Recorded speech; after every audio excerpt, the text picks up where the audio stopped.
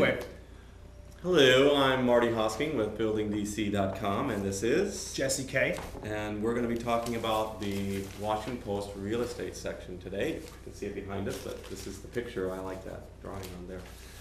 So the topic for real estate this weekend was the condo owner's dilemma. It's spelled with two M's. It is spelled with two M's. If you want to move but can't sell, you may not be able to rent either. That's a problem. Well, my first reaction is, well, in some ways, I mean, it won't sound harsh, but I mean, that's like you can't always move when you want to move, but in our increasingly mobile society, that can be a difficulty. It can be. I mean, you say if your job got changed, Yeah. for example, you don't have much of a choice.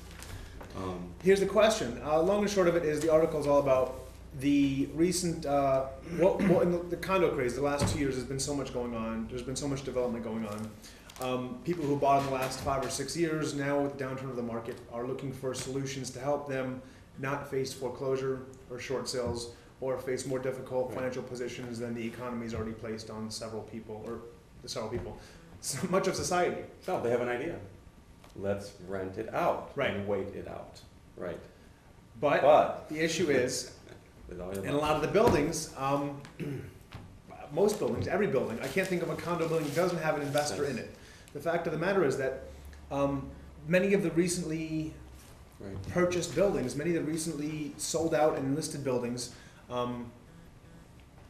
have decreased in value with the market. And a lot of the owners now who are looking to move, who are looking to sell, can't sell for a price that would even remotely maintain the price that would pay off their loans, but also increase in commissions and taxes. But on top of that, they can't necessarily rent it out either, just because the buildings have placed on rental caps. Rental caps. In Right the here it building. says, rental caps are as low as 10% in some condo communities.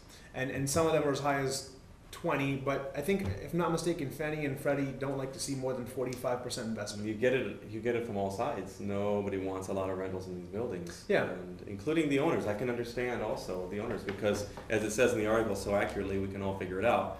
The renters don't tend to take care of their properties as well as owners. Right. It's a given. It's a fact. But the fact of the matter is that what do you do? Let's say, for instance, in the article, there's a woman there, Susanna Moss, I believe. That's Susanna right there. She has a child. She wants to move into a 2-bedroom or home or something outside the community. The building's already at 19.9% rental. I know that doesn't sound like a solid figure, but they're basically at the 20% cap if you divide the number of units that are rented. They're by right total. there, right at the edge. And you can't rent your unit out. And if you do, a lot of the communities place a $500 per month fine against the owner of the unit, which is smart on the developer side. If a developer, you've got like P.N. Hoffman, I think she's standing in front of 1700 Colorama Lofts, or Delancey Lofts, if I'm not mistaken. But what do you do? So the fact She's at Delancey too. She's at Delancey, okay. But the long and short of it is, what do? You're at 20% rental rates. You can't sell your condo. You have to go into foreclosure. You have to go into short sale. You can't rent it out because the community has placed a rental cap on the building, or it costs you $500 a month if you do rent it out. It's a rock and a hard place. Definitely. The definition of a rock and a hard place when you're talking about your own life. I mean, this isn't just an inconvenience. This is your life. Mm-hmm. This is where you live, and this is housing, for goodness sake. So what are we going to do? You know, I think that is a huge dilemma that we're in. Help. You know, there's another person mentioned in here. George Gozen. George Gozen, a friend of mine. We were surprised to find him in here. Maybe we can get him. Let's get him in here and talk. I think we should talk get him with an him interview. personally. Yeah. Let's do an interview with George. Well, that'll be coming up. I'll call him. Okay. Want me to call him right now? No. After No, the show. so we'll call him and we'll get this lined up. But the fact of the matter is, what do you do? If you're an owner out Yeah. there who's purchased since 2005, your property values are upside down, you have to come up with some solutions, and you don't know what to do. We'd love to hear your thoughts. We'd love to hear you post on here. And even if you're not, and you have a comment or something to say on the site, please by all means post it. We love it. It helps fire us up to do more of this, and it gets the conversation going in places that we might not have known to take it. So we need your participation. Right. A video blog isn't much fun without your comments. Yep.